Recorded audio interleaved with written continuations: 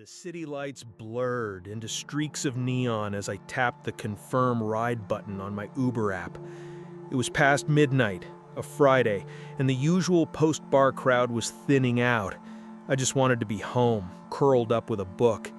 The app pinged, showing a silver sedan, license plate 7G4K9, just 2 minutes away. My driver, Marcus, had a 4.8-star rating. Seemed normal enough.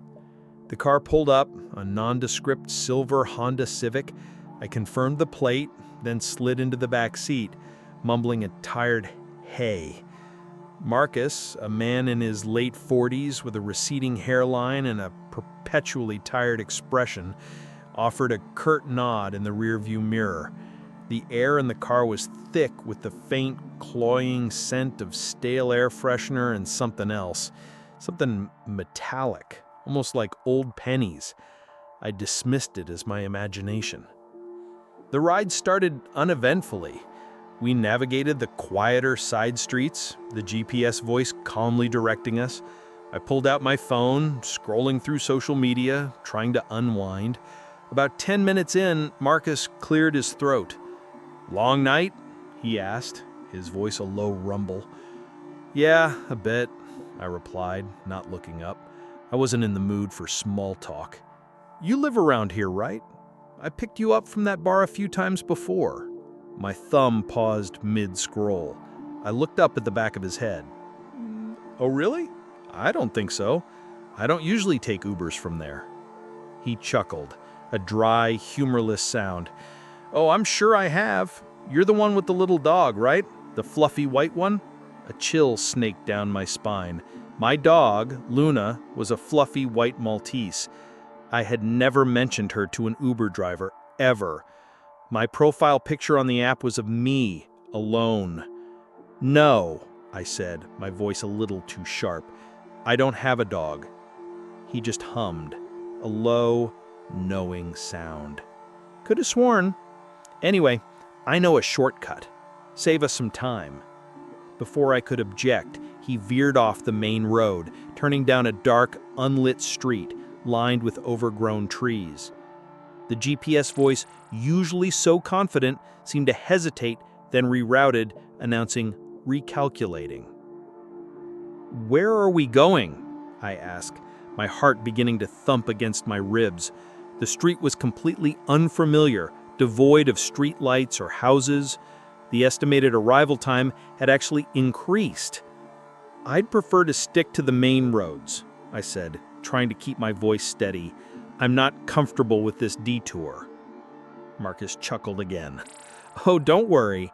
I know this area like the back of my hand. Used to live around here, actually. Just a few blocks from your place." My breath hitched. My place? How could he possibly know where I lived? The app only showed the destination once the ride started, and even then, it was just a pin on a map. He hadn't dropped me off before. "My place?" I repeated, feigning confusion. "I don't think so. My address isn't public." "Oh, it's not hard to figure out," he said, his eyes still on the road, but his tone was laced with an unnerving confidence. "You've got that little porch swing, right? And the rose bushes by the front door? Very pretty." My blood ran cold. He was describing my house. My actual house, the one I had just moved into 3 months ago, the one with the distinctive porch swing and the specific rose bushes my landlord had planted. Panic flared. This wasn't a shortcut. This wasn't a mistake. This was deliberate. I gripped my phone, my knuckles white. I needed to get out. "Pull over," I demanded, my voice trembling. "Right now. I want to get out." He didn't respond. He just kept driving, the car gliding silently down the dark street. The only sound was the low hum of the engine and the frantic pounding of my own heart. "I said, pull over!" I yelled, my voice cracking. I fumbled with the door handle, but it was locked. Child locks, of course. Marcus finally spoke, his voice softer now, almost a whisper. "You know, it's funny, people always think they're safe in their own homes. But sometimes, the scariest things are the ones you invite in."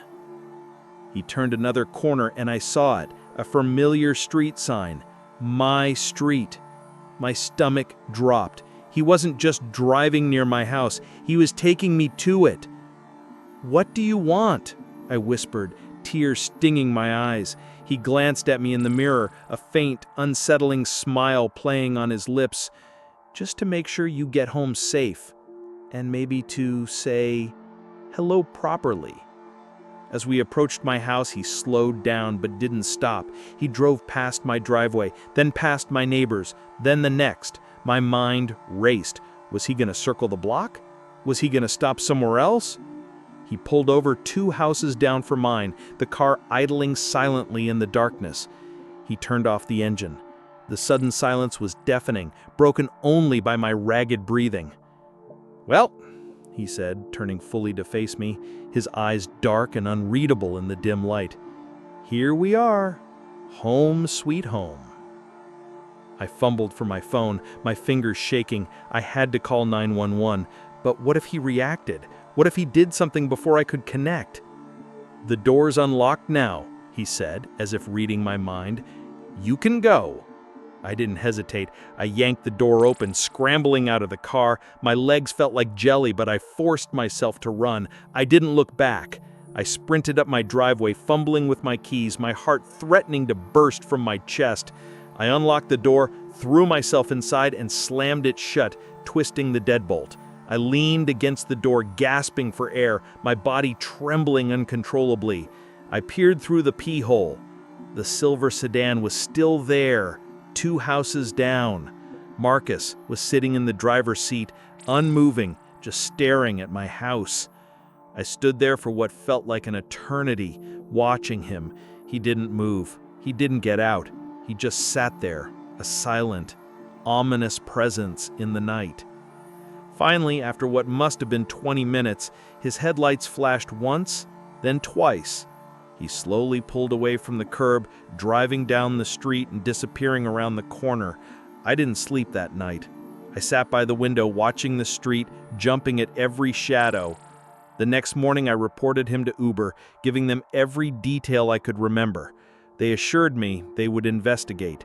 I also filed a police report, though I knew it was mostly for my own peace of mind. I moved out of that house 2 weeks later. I couldn't shake the feeling of his eyes on me, the chilling knowledge that he knew where I lived, where I slept. Even now, months later, every time I order a rideshare, I feel a prickle of anxiety. Every time a car slows down on my street, I glance out the window. Because sometimes the scariest stories aren't about monsters in the woods or ghosts in old houses. They're the monsters we unknowingly invite into our everyday lives, the ones who know our routines, our habits, and exactly how to find us.